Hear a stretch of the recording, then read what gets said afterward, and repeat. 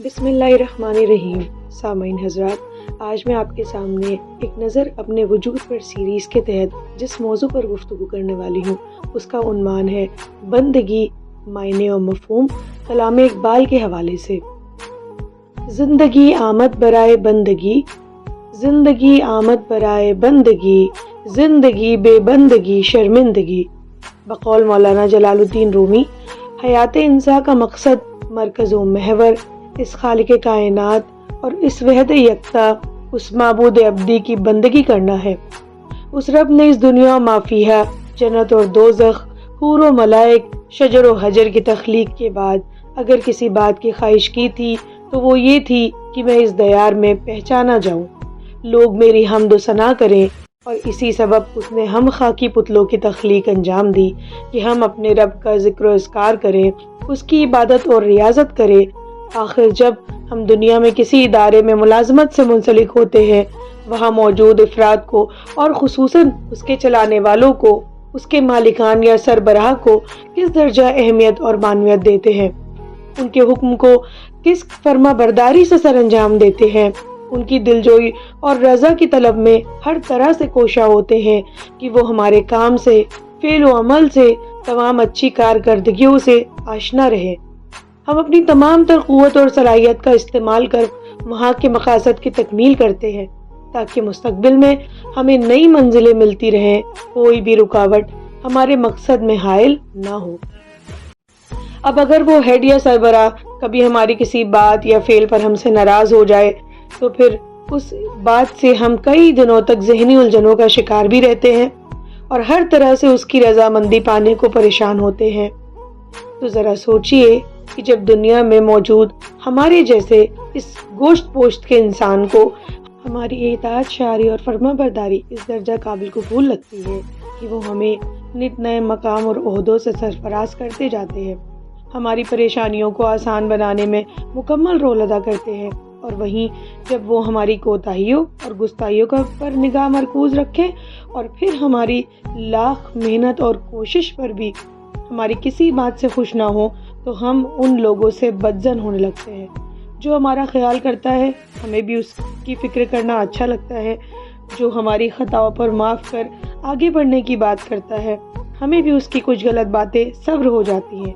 تو پھر یہ کیسے ممکن ہے کہ اس مالک کو اپنے بنائے بندوں سے چاہت اور الفت کی کوئی توقع نہ ہو، اپنی عطا کردہ نعمتوں اور آسائشوں پر شکر گزاری کی کوئی طلب نہ ہوگی؟ ایسا کیسے ہو سکتا ہے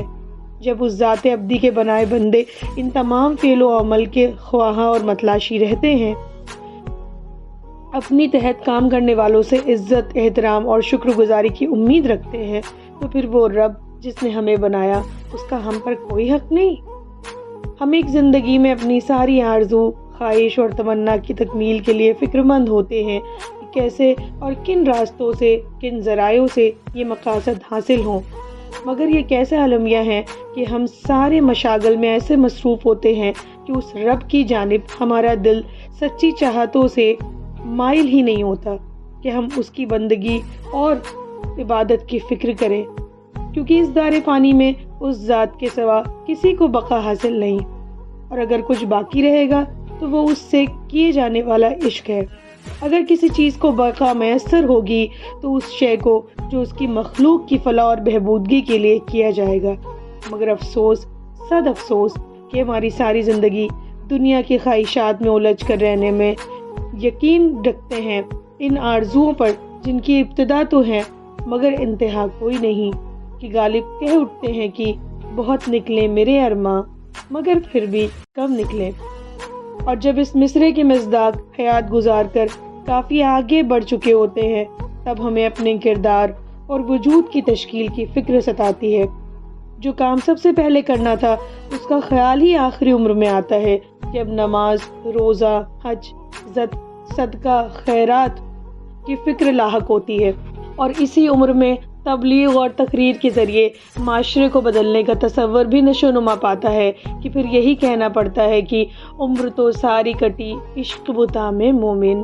عمر تو ساری کٹی عشق بتا میں مومن، آخری وقت میں کیا خاک مسلمان ہوں گے؟ آخر ایسے لوگوں کے اقوال اور جملے کسی کے دل پر کیا اثر کریں گے؟ انہیں تو ہوائی قلعوں کے مانند مختصر لمحوں کے لیے سنا جائے گا اور پھر یہ اسی جگہ منہدم کر دیے جائیں گے۔ اب یہاں بھی دو نقطے ہیں، چونکہ ہم تو بحیثیت انسان اس شعر کو ایک ہی زاویے سے دیکھتے اور سمجھتے ہیں، مگر سامعین حضرات، اگر آپ اسی شعر کو اپنے خالق اور مالک کی عظیم صفت رحیمی اور کریمی کو ملحوظ خاطر رکھتے ہوئے دیکھیے تو آپ کو نظر آئے گا کہ اس کے در پہ کوئی 100 برس کے گناہ لے کر بھی جمع ہوتا ہے اور سچے دل سے اپنے گناہوں کے لیے معافی کا خواستگار ہوتا ہے، تو پھر اس کی رحمتیں یوں برستی ہیں کہ آدم کی بھول معاف کر انہیں پرانا مقام عزت اور وقار کے ساتھ لوٹایا جاتا ہے۔ یونس کی خطا کو درگزر کر انہیں مچھلی کے پیٹ سے زندہ نکال لیا جاتا ہے۔ قوم موسیٰ کو فرعون کی طاقت اور قوت کے باوجود فتح اور کامران کر دیا جاتا ہے۔ بشر حافی علیہ رحمہ جو ساری زندگی شراب خواری میں گزار دیتے ہیں، ان کی ایک سچی معافی پر انہیں وقت کا ولی بنا دیا جاتا ہے۔ تو یہ ہے اس رب کی کرم نوازیاں، اس کی عظمت، اس کی شان، اس کی بلندی، اس کا جاہ جلال کہ جس کی رحمت اس کے غضب پر بھاری ہے۔ ہمارے گناہوں کا ذخیرہ وہ ایک سچی توبہ سے خاک کر دیتا ہے اور ہمیں نئی زندگی اور نیکیوں سے ہمکنار کرتا ہے۔ تو یہ فرق ہوتا ہے بندے کی تنگ دلی اور مالک کی فراخ دلی میں۔ وہ تو شانوں والا رب ہے، بندہ نواز ہے، عزت دینے پر آمادہ ہو تو پھر کیا عرش کیا فرش۔ وہ تو کہہ اٹھتا ہے کہ یہ جہاں چیز ہے کیا، لوح قلم تیرے ہیں۔ اور یہ مقام تو ہر عاشق صادق کو ملتا ہے جس کے قلب میں اپنے محبوب حقیقی کے لیے پاک اور خالص جذبوں کی آمیزش ہو، تو اسے دنیا میں کسی کے آگے ہاتھ پسارنے کی ضرورت درپیش نہیں ہوتی۔ وہ تو اپنے رب کا ہو جاتا ہے کہ اس کی آنکھوں سے چھلکے قطرے بھی موتی کی مانند چن لیے جاتے ہیں، اور ان موتیوں کی آب اور چمک دنیا کے کسی بھی زیور سے بڑھ کر ہوتی ہے۔ جو بندے کے دل میں رب کی بندگی کے سبب اس کی عطا کردہ نعمتوں کی شکر گزاری کے لیے آنسو بن کر نمودار ہوتے ہیں، تو پھر رب کریم کو اس سے محبت کیوں نہ ہوگی۔ اور بقول اقبال، موتی سمجھ کے شان کریمی نے چن لیا، موتی سمجھ کے شان کریمی نے چن لیا، قطرے جو تھے میرے عرق انفعال میں، قطرے جو تھے میرے عرق انفعال میں۔ وہ تو وحدہ لا شریک ہے، اس کے سامنے بندے کے گناہ کتنے ہی زیادہ کیوں نہ ہو، پر اگر اس نے عزم اور حوصلے سے پختہ ارادہ کر کے استغفار کیا ہے تو پھر اس کی رحمت اور عظمت کی نظریں ان کوتاہیوں کو ہیچ اور حقیر بنا دیتی ہیں۔ انسان کی نگاہوں میں انسان کتنا ہی کم ظرف ہو، ایک انسان کسی دوسرے کی ننھی سی بھول کو زندگی بھر کی نیکیوں پر فوقیت دیتا ہے اور اس کے ساتھ کسی قسم کی وابستگی رکھنے کا روادار نہیں ہوتا، مگر اللہ کریم کے لیے سب اس کی مخلوق ہے۔ اگر وہ ابلیس کی بہکاوے میں آ کر بھٹک بھی گیا ہے تو بھی وہ اس کی کوششوں پہ ہم دیکھ کر اس بندے کو صراط مستقیم کی جانب لے آتا ہے۔ وہ اپنے بندے سے دنیا کے مانند مصنوعی، سطحی اور معمولی قسم کے تعلق استوار نہیں کرتا، بلکہ وہ ایک دفعہ بندے کا ہاتھ تھام لیتا ہے تو پھر اسے تب تک نہیں چھوڑتا جب تک منزل مقصود کو نہ پہنچا دے۔ اسی لیے رومی کا یہ شعر، زندگی آمد برائے بندگی، زندگی بے پندگی شرمندگی، دور حاضر کی بگڑی فضا پر اور زیادہ صادق اترتا ہے، جہاں لوگ دنیا میں بنائے رشتے کو بچانے کے لیے کیسی کیسی کوشش نہیں کرتے۔ آج کسی سے دوستی ہو جائے تو اس رشتے کو نہ صرف ماں باپ پر بلکہ رب کی اطاعت پر بھی فوقیت دی جاتی ہے۔ لڑکا لڑکی کی دلجوئی میں تو لڑکے لڑکی کی خوشنودی پانے میں پوری طرح سرکردہ ہوتے ہیں، انہیں اس تعلق سے برتر اور بہتر کچھ معلوم ہی نہیں ہوتا، تو کبھی کامیابی کی تلاش میں در در لوگوں کی خوشامد کرتے دکھائی دیتے ہیں، اور جب انہیں کہیں سے کوئی کنارہ نظر نہیں آتا تو پھر مایوسی اور قنوطیت کے اندھیروں میں غرق ہوتے جاتے ہیں، جہاں سے انہیں زندگی ختم ہوتی نظر آتی ہے، مگر ایسی ہی ٹوٹی پھوٹی صورت میں کچھ کو اپنا خدا یاد آ جاتا ہے کہ وہ رب ہی ان کا خالق ہے جس نے انہیں اس دیار میں کچھ مقاصد کے لیے بھیجا تھا، مگر وہ تو کہیں اور ہی بھٹک گئے، اس جانب کوئی توجہ ہی نہ دی، اور ایسے وقت میں انہیں احساس ہوتا ہے کہ زندگی کی فلاح اور کامیابی رب کی بندگی اور ریاضت میں پنہاں ہے۔ اس کے بغیر تو بندہ سوا ٹھوکروں کے کچھ نہیں پاتا، اور اگر اسے ایک دفعہ کچھ حاصل بھی ہو جائے تو وہ اس کی کامیابی کی عمر نہایت قلیل ہوتی ہے۔ اس لیے آخری وقت کی شرمندگی سے حد درجہ بہتر ہے کہ پہلے پہل ہوش آتے ہی اس بات کا خیال کیا جائے۔ یہ بڑے بڑے بزرگ، یہ صوفی، یہ سنت محض پڑھنے بھر کے لیے یہ باتیں نہیں لکھ کر گئے، بلکہ یہ وہ قیمتی اقوال ہیں جو انہوں نے اپنی ذاتی زندگی کے مشاہدے اور تجربے سے حاصل کیے تھے، کہ آنے والی نسلیں اپنی تراش خراش میں شروع ہی سے لگ جائیں، کہ پھر انہیں در در کی گدائی نہ کرنی پڑے، بلکہ ان کا ایک سچا سجدہ نیکی فعل و عمل ہی ان کے بگڑے مقدر سنوارنے، ان کی جبینوں کو روشن اور تابندہ کرنے میں ممدو و معاون ثابت ہو۔ بقول اقبال، وہ ایک سجدہ جو تجھے گراں گزرتا ہے، 1000 سجدوں سے دیتا ہے آدمی کو نجات۔ اس کے حضور تو سب ایک ہیں، کوئی بھی بادشاہ، گدا، درویش، صوفی، سالک، گناہگار، فقیر کی حیثیت نہیں رکھتا۔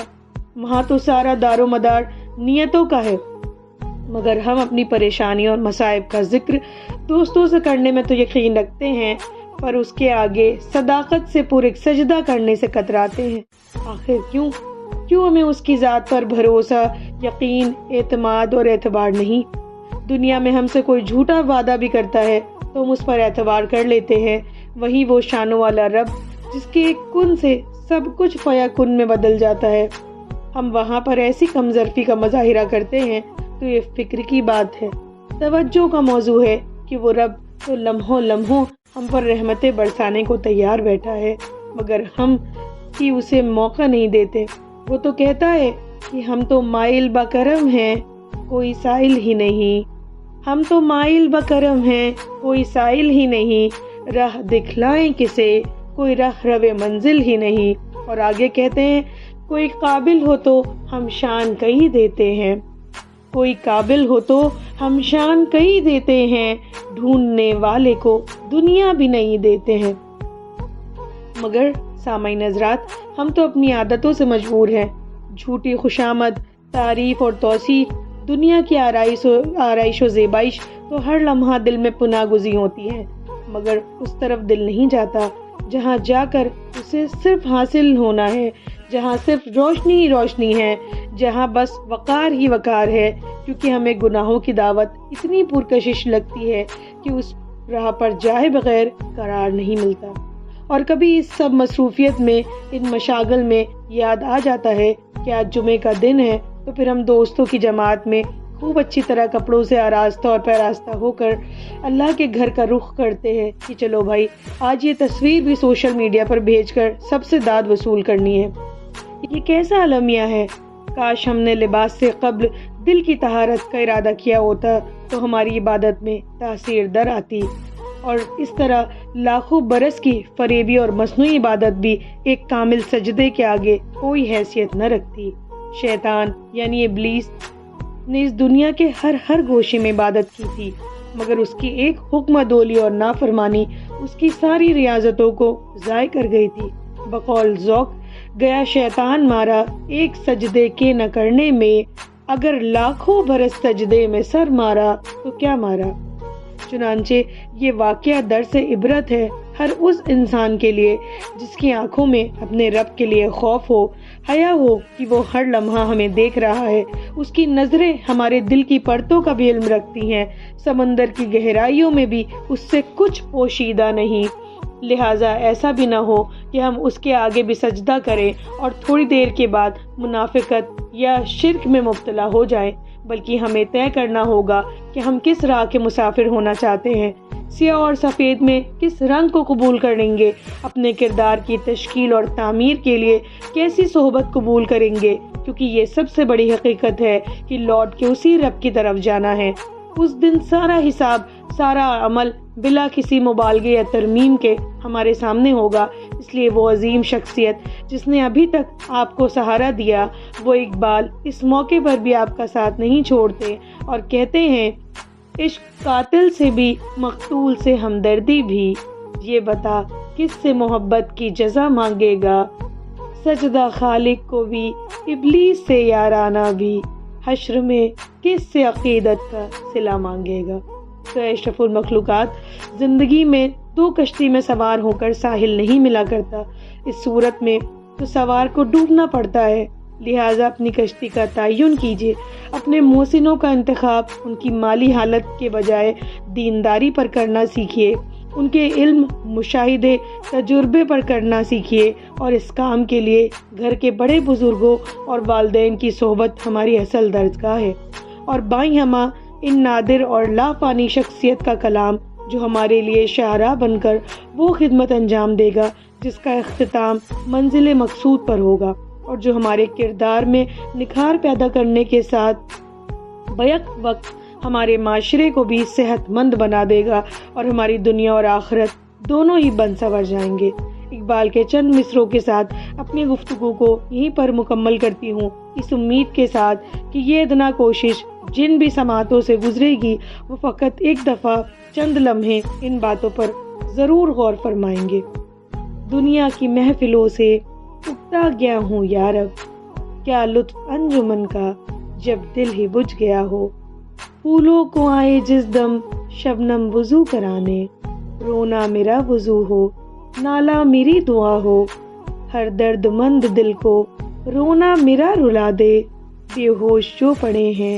شاید انہیں جگا دے۔ بہت شکریہ،